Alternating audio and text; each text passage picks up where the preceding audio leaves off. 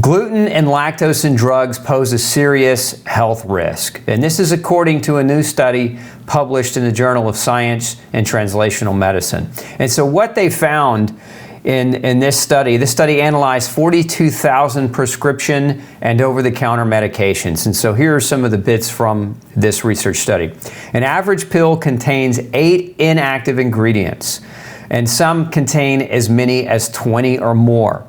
Now, when you take into the fact that 39% of seniors take at least 5 prescription medications, that's a lot of room for a lot of inactive fillers that could create or pose potential risks or threats. The report also found that 45% of the analyzed medications contain lactose, which is the sugar found in dairy.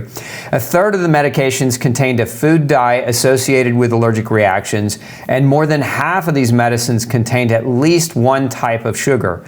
What's with the sugar in the drugs? I mean, can't we do better? Why are we putting something that we know contributes to chronic degenerative disease and inflammation inside of the very medicines that are purported to be of benefit for people's health? Now, another recent study found that 18% of manufacturers polled claim that their medications contain gluten. So that's 18% of all medications potentially containing gluten. Now, how many of you are taking medicine and you're also gluten sensitive? That's an alarming statistic. Now, how do we solve for this? Well, one of the ways we solve for this is we look at the ingredient list on any drug we're prescribed.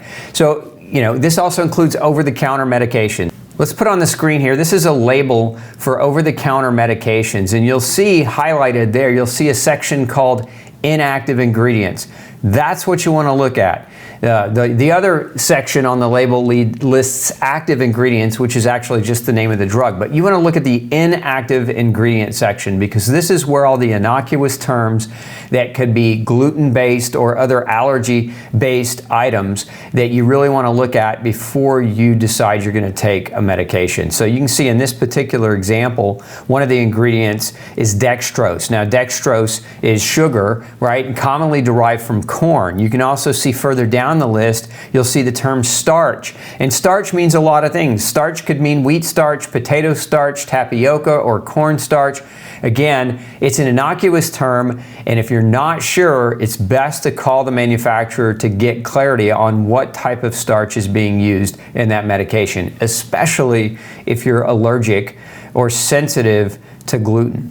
Now, on the other side of the equation, which is the non-over-the-counter medications, if you have a prescription drug, they're typically, when you go fill that prescription at the pharmacy, they will staple a little sheet to the bag, and that little sheet unfolds, and it's got tiny, tiny print, and this is all the information about that drug. You're supposed to get that sheet when you pick up your drug. Now, make sure you open that sheet up, because you'll find, although it may be in microscopic print, you will find an inactive ingredient list for the medication. And so it's always important to cross-reference that list with anything that you might be reactive to. In essence, we don't want you to get glutened accidentally by the very medication your doctor's trying to give you to treat, any of your conditions. Now, below this video, what I'm going to do is I'm going to put up a couple of things for you. Number one, I'm going to put up a link to hidden terms. Like, these are the terms that gluten hides under. And so if you're not sure, it won't always just say gluten super obviously. There are a lot of synonyms. Check this list out. Use it as a resource guide to help you navigate this complex issue. I'm also going to put up a research study that was published. Now, this study is a little bit older, but it was the top 200 medications prescribed in the US. And so what happened in this study is they called all these manufacturers of 200 different drugs to ask them whether or not gluten was in their product.